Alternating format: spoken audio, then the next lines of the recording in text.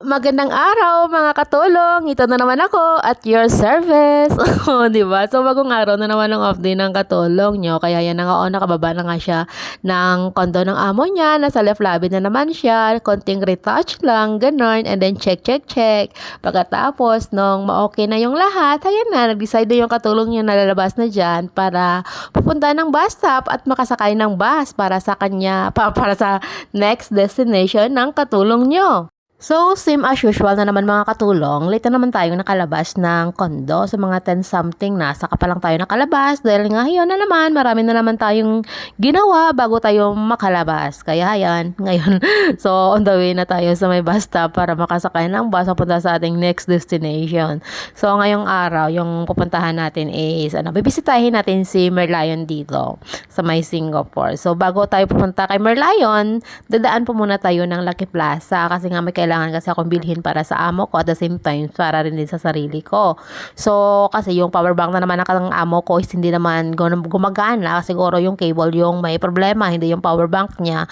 Kaya hayan, so bibilhan ko na lang siya kasi kapag siya kasi mahihirapan niya, hindi kasi yan marunong. So, ako na lang nagsabi sa kanya na bilhan ko na lang siya kasi dadaan naman ako ng Lucky Plaza. Kaya yan, nang makarating ng Lucky Plaza yung katulong nyo, talagang yun muna yung cable yung una niyang binili para sa kanyang amo. O, di ba? Ang bait ng katulong nyo. So, pagkatapos ng mabili ng katulong nyo yung para sa amo niya is nag-ikot-ikot muna siya, naghanap ng pantalon na black dyan para sa gagamitin niya na pangsayaw sa Light of Christmas event nila sa church sa may December 21. Pero hindi nakahanap yung katulong nyo. Iba yung nabili ng katulong nyo. Kasi diba, pupunta ng Merlion yung katulong nyo para kumuha ng konting video clip pero wala siyang kasama, so wala siyang magiging cameraman dyan. Kaya yun, bumili siya ng ano ba yung tawag? Yung stand stick para sa cellphone na kahit nag-iisa ka is pwede kang makakuha ng video clip o nakasama ka. Kaya yan.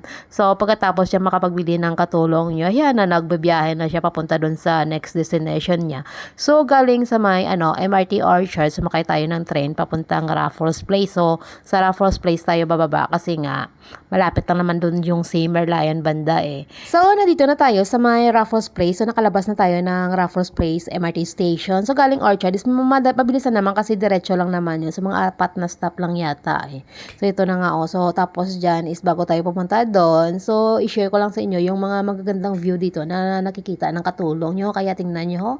As in, super happy talaga yung katulong nyo kahit nag-iisa lang yan. So, sa lugar na ito is pabalik-balik na dito yung katulong nyo. Kaya hayan, talagang memorize na yung dinadaanan niya. Pero kapag kami ni Carlalay before dito pumupunta, as in sa river, kung saan makikita yung river, doon kami dumadaan. Pero this time round is dumaan ako sa may overbridge. Para of course, pakita ko naman sa inyo yung part dito na as in mga magagandang view talaga na makikita nyo, diba? As in.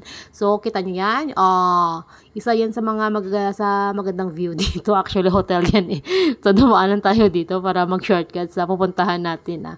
Tapos dito, as in, diba? So, gusto ko lang kasi i-share sa inyo yung kagandahan ng view na dinadaanan ng katulong nyo. O, diba? Talagang, hindi talaga madamot yung katulong nyo sa inyo, ha? Kaya super enjoy rin yung katulong nyo. Kagaya nyo na mga nanonood dyan palating sumusuporta sa mga pinopost ko dyan. Kaya, see you na lang sa susunod.